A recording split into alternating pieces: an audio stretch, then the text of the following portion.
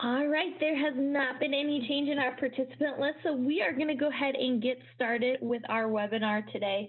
I thank you all for taking time out of your busy days to learn more about the LifeShare system. So today we are going to go through staff management just so that you can better understand how to add new staff members, remove any staff members that are no longer with your community.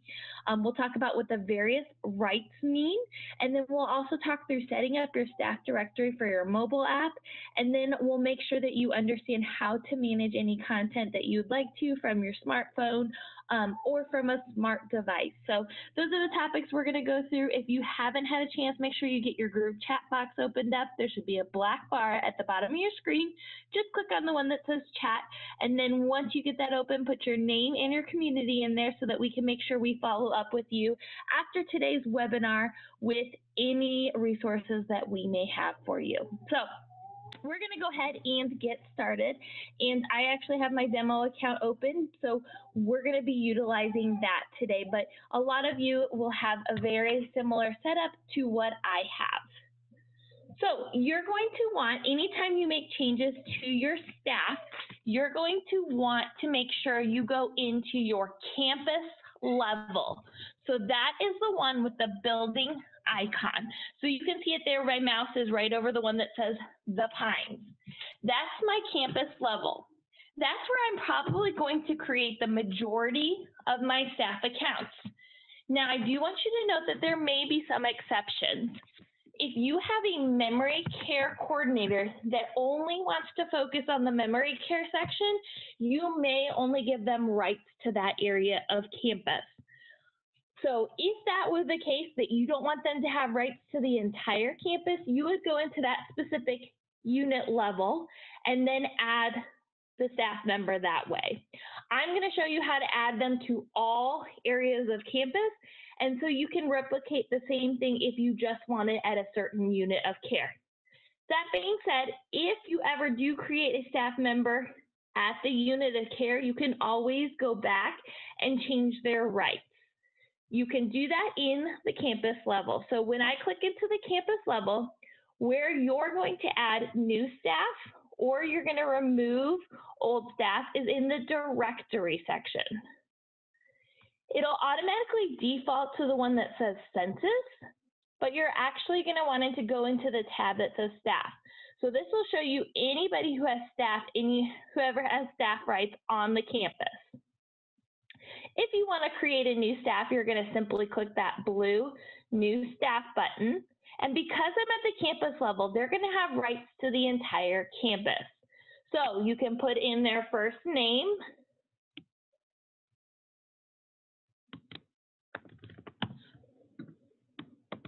and their last name, and then you're going to put in their email address. Make sure it's their valid email address. Make sure you spell it correctly, because how they will get their login is that we send a generated email address with their new password to that specific email address. So it'll be their email address, their password will get sent to that email address, so make sure it is spelled correctly. Make sure it's .com, not .con, all that good stuff. You don't need to put in a phone number, and then you don't need to have a title, and some of you may not even have that box available to you. Down at the bottom, this is where you indicate the type of rights that that staff member is going to have. The first one is automatically toggled on for you, and this right basically means that they can update the content that's going to show on the TVs and in the mobile app. Everyone's going to have that right. The second one may depend on the role that they play in your community. The second one allows them to adjust any settings. It also allows them to adjust and manage your resident list, so like for resident participation or activity notifications. If they don't have all the this toggled on, they will not be able to access the directory area. Now, a chef for your community may need to manage the menu, so they need to have this first toggle. However, the second toggle they will not need to have on at all. The third toggle allows them to be contacted through the mobile app. So this particular toggle puts them in your staff directory on the mobile app. So the first one allows them to control what is shown on the TVs in the mobile app. The second one allows them to manage settings, add new staff members, manage your residents. The third one allows them to be contacted through the mobile app by whomever, whether it's family or the residents themselves, are using the mobile app. So those are what those 3 rights mean. Do you have any questions so far about creating a new staff account and what those different rights mean? If so, make sure you pop them in the chat box for me.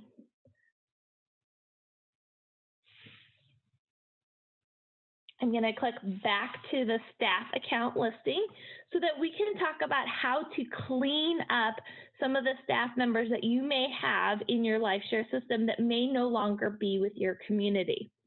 So to clean some of the staff members up that are no longer at the community, we will go through that in just a sec. So we have a question, can you easily take a permission away? Yes, of course, Allison, that's a great question. So that's actually what I'm going to show you now. So if Brandon, I need to edit what kind of rights that he has. Remember, I'm in the directory at the campus level, and I'm going to look in the staff section. These are all my staff members that have been set up. Now, Brandon may no longer be at my community anymore. So if I click on his name, it's going to open up to his account. See how it says Brandon Bass over here on the far left-hand side? You're going to want to navigate into the settings section. Okay. If for any reason you no longer want them to be contacted through the mobile app, maybe they're still at your community, but they just don't have a role where they need to be in your staff directory, you're able to toggle this switch off. Conversely, if you have somebody who you want to be contacted through the mobile app and their account has already been created, when you go to the settings section, you can toggle that switch on and just make sure you click save. Okay? If you're wanting to remove the account entirely, you're going to go down to the section where it says rights. Okay, you'll notice it has the Pines. That's the name of my community. For you guys, you'll see the name of your community here. All you have to do is click on it. If you don't want them to be able to manage the residents anymore, you can easily take that permission away and click save, and they'll still be able to edit the content for the TVs. They just won't be able to manage any of the residents.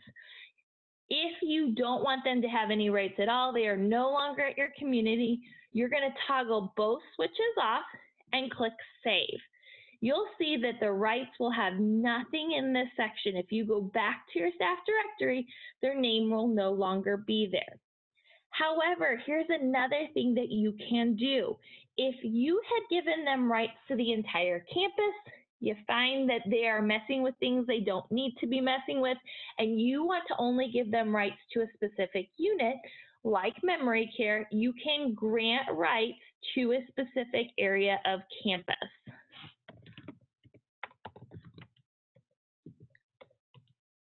Okay, so I can say, okay, I only want them to have access to the Pines memory care.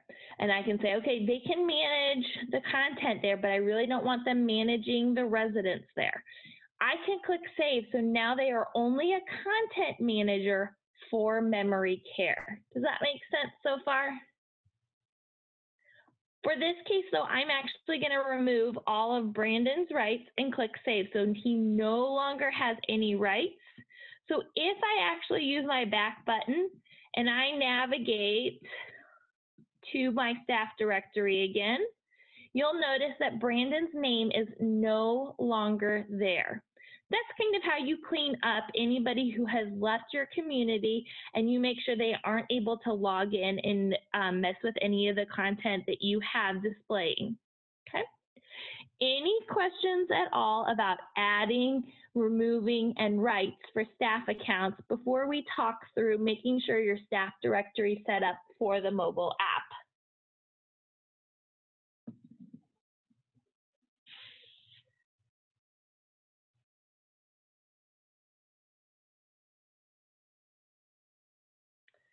Allison just asked, can I switch the names? Allison, tell me more about that. Are you just wanting to just switch the name that appears on the actual account, or like they have the same email address? What is the case that you're talking about? Yes, exactly. So essentially, if I have an AD that leaves and I have the exact same email address, can I just change their name instead of having to delete the whole profile and create another? Or Of course, of course. So the only thing with that is that you can't necessarily reset their password if you change the name.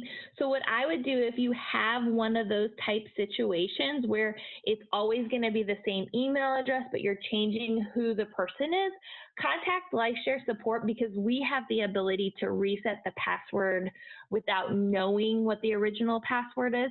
So just reach out to our support team, and I'm actually going to put that in our chat box, the LS support at spectrio.com. So if you do have that kind of scenario where it is the same email address and you do want to just change the name on the account and make sure that they have a new password, then we can help you do that. You can go in and change the name. So let's say that maybe Stephanie actually goes by Steph.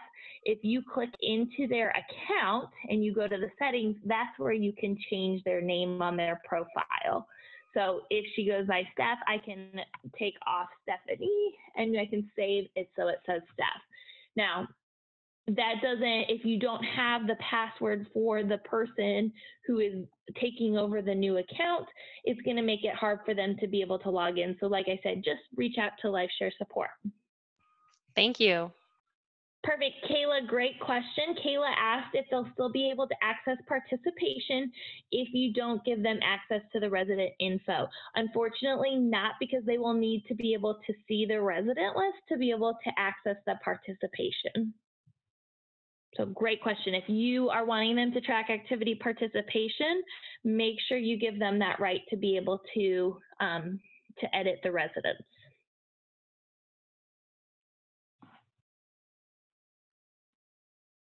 Perfect. While I'm in Stephanie Miller's, I'm actually going to refresh the page so that her name change takes place. So Steph Miller, if you see this switch is toggled on for her in the settings where it allows people to contact her through the mobile app. What that means is in your mobile app, when they use the community access pin, they're going to see that person under the staff directory. So remember, for those of you who have not had a lot of experience with the mobile app, if you go to your campus level, the one with the building icon, you go down to your settings and you navigate to where it says mobile access. You're going to be able to see the pins for your entire campus that have been set up. Remember, don't change pins once you've set them up and started to pass them out. In the upper right-hand corner, there's a white button that says mobile login codes. If you click that and choose the area of campus that you would like to give people access to in the mobile app, it will actually create a flyer for them to be able to get logged in. Remember, the mobile app is available through the Apple App Store and the Google Play Store. It can be downloaded on a smartphone or a tablet that has access to those two stores. Now, on this flyer, it gives two options for getting logged in. You can either scan the QR code or you can use the community pin. So here at this point, I'm going to stop sharing this screen, and I'm actually going to share my phone screen so that you can see what a staff directory would look like. So bear with me while I pair the two.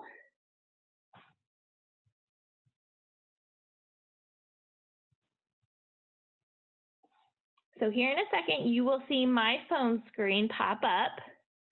And I've actually searched for Spectrio Share like it said on the flyer.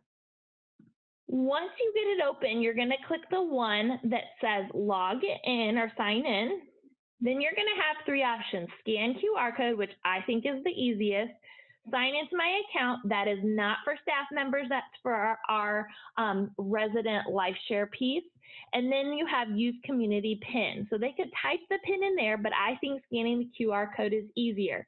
They're simply going to click that button and then put their camera towards that flyer in the general direction of the QR code, and it will automatically log them in to the correct area of campus that you have designated for them to see the information. They'll see the upcoming events, menus, announcements, birthdays. They'll be able to click into the main menu and see any pictures or videos that are currently live in your slideshow. But what we're really after here is going to that home section. Up at the top, you see that button that says Contact Us. If you click that, it gives information about the community, but if they scroll down even further, it does have the staff directory. It does have a note that this is not an emergency response tool. So if they have health-related things, they need to call your community system. So this is especially in place for those residents that have smartphones and like to utilize this. They can send you messages to your email, but it's not a replacement for your community's call system. So you can add pictures so that they know who exactly that they are contacting. You can put in the different job descriptions. If you need help with that, you just let us know. But if you click on a specific person, maybe they want to send the Life Enrichment Director a message, it'll automatically, you'll be able to put in your email, put in a subject, and then put in a message, and it will go to that staff member's email. Any questions at all about that staff directory area in the mobile app?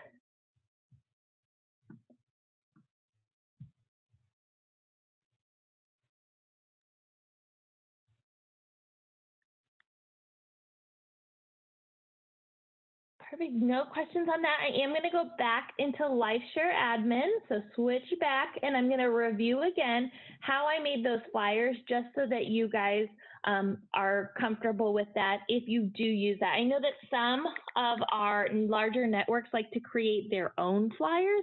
So if your network is one of those that creates their own flyers, please make sure you're utilizing the flyers from your specified network, corporate. Okay, so if you are going to be generating the flyer, excuse me, I have my little spinning ball. I'm doing too many things on my computer at once, but you're basically going to go to that campus level, the one with the building icon. So we'll go all the way up here, the building icon, go all the way down to your settings, go to mobile access, and then you can create those mobile login codes. Remember, anytime that you're going to be doing things for the staff, you're going to want to go to that campus level unless that person only needs to have rights to a certain unit on campus. In the directory, under staff, that's where you're going to make your edits to their rights and their permissions. Now, I do want to take the last little bit to kind of remind you that you are able to edit your content on the go. Our admin system actually adjusts to the window screen that you have. So if you're looking on a phone, it's going to adjust to that.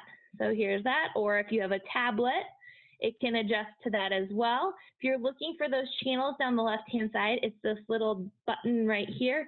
If you click that, it will show those channels. Okay. So why I show you that is that you, if you want to edit on the go, you're going to use this website address, and I'm going to put that in the chat box for you.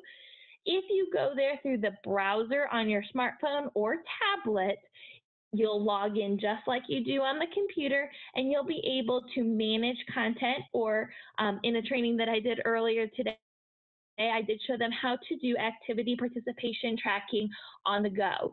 So you'll go to that website, the my.lifesharetech.com, and then you'll log in with your username and password just like you do on your browser on your computer. Perfect. Perfect, yep. So our development team is aware of that issue. So in not very much technical terms, basically that page that we have when you log in is a set page. and all the other ones are scrollable, so you're able to scroll back and forth even if you have larger font size, whereas that login page is what we call a static page. So I have put in a ticket for them to switch the order of it and for them to make sure that that is a scrolling page so that we don't continue to have that issue. But if you have it where they're not able to use that use community pin, I do recommend utilizing the button that says scan QR code.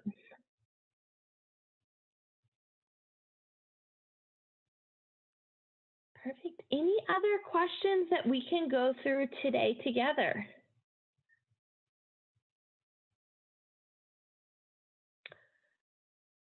Penny, that's something that let's talk about and figure out and troubleshoot for your community together. I can give you a call when we get off here today.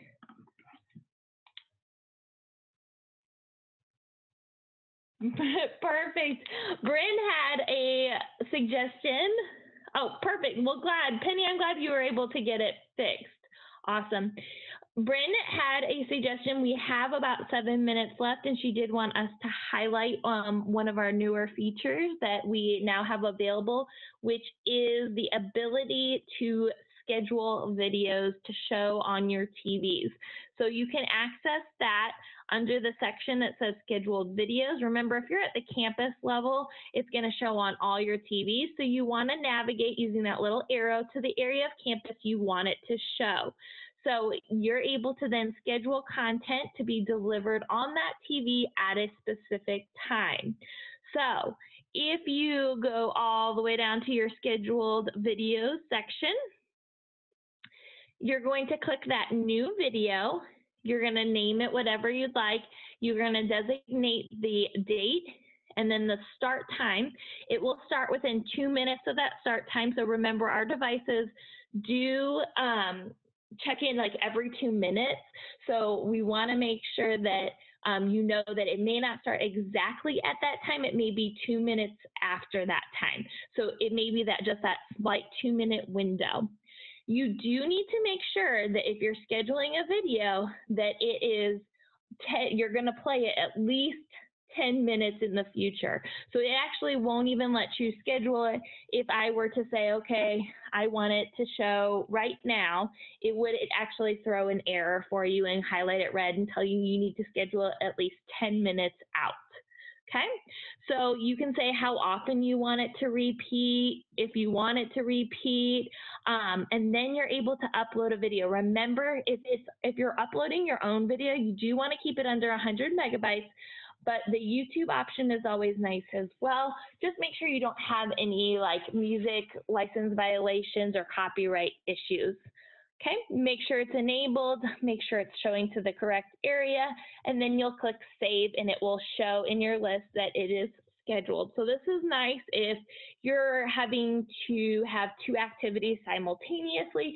You don't have someone physically able to go to the on-demand section of the LifeShare device and start a video. You can actually schedule this out so that it begins playing automatically. Another thing to keep in mind, if you're scheduling back-to-back videos, make sure that there is not any overlap in them. Otherwise, that second video will not play. So just keep that in mind. But Bryn, thanks for bringing that up. I'm glad that people are excited about that feature. They're excited about it as well. Perfect. Any other questions or anything else that we can go through today? Do you guys have any specific ideas for next month's February's webinar of things that you want to learn more about?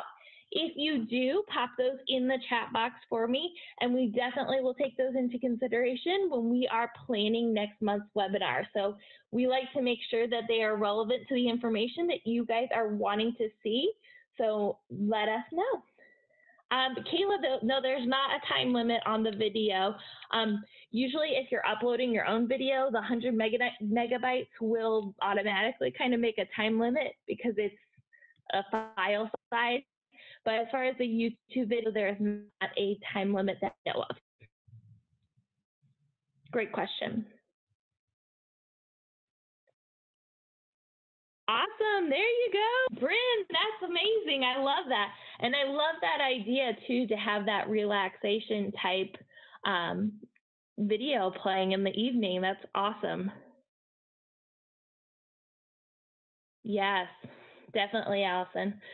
It's good for sundowning. Oh, I love that idea, Bryn.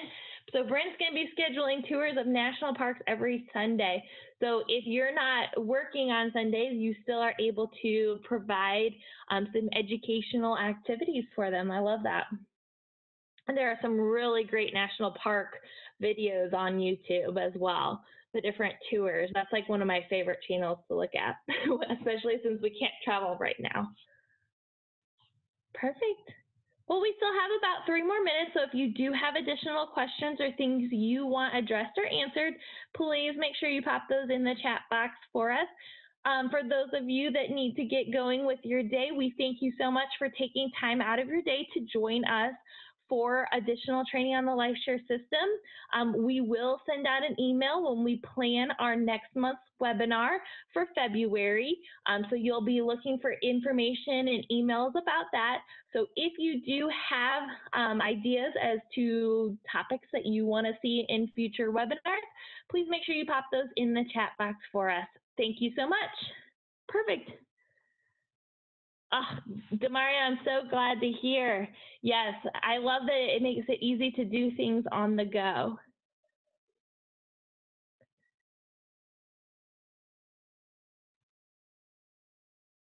Perfect. So Allison, as long as you make a video and you put it live in your slideshow, families that have the mobile app will be able to access it. So anything live in the slideshow is able to be accessed through the mobile app by family members.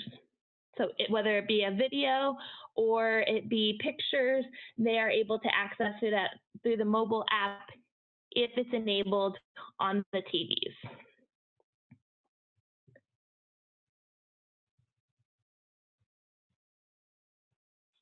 Perfect. We have about 1 more minute, so like I said, ask away any other questions you have. We're here to help answer that. For those of you who want a quick little reminder, in the LifeShare admin system, if you ever have questions, this little blue envelope button, if you click it, it actually gives our information for our LifeShare support team. It gives the email address and it gives our phone number to be able to get tech support.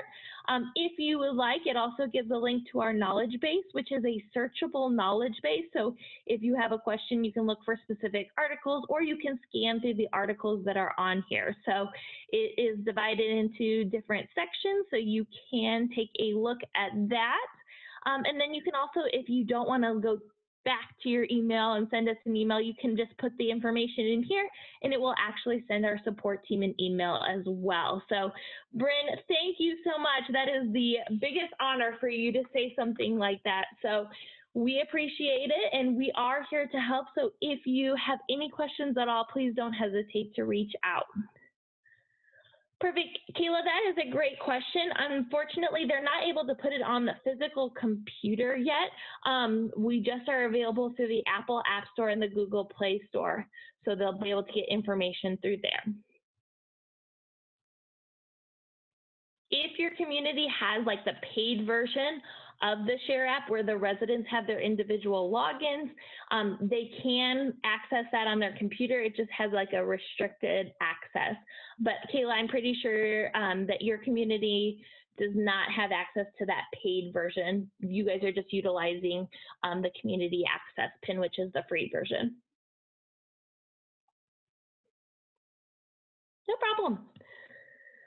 Well, thank you guys so much for taking time out of your day. If you did not already, please make sure that you put your name and your community in the chat box, and I will follow up with any additional resources that we have about staff accounts. I'll even send you like the direct links for you to be able to follow the directions for adding and removing staff accounts. So I will put that in there for you. So thank you so much.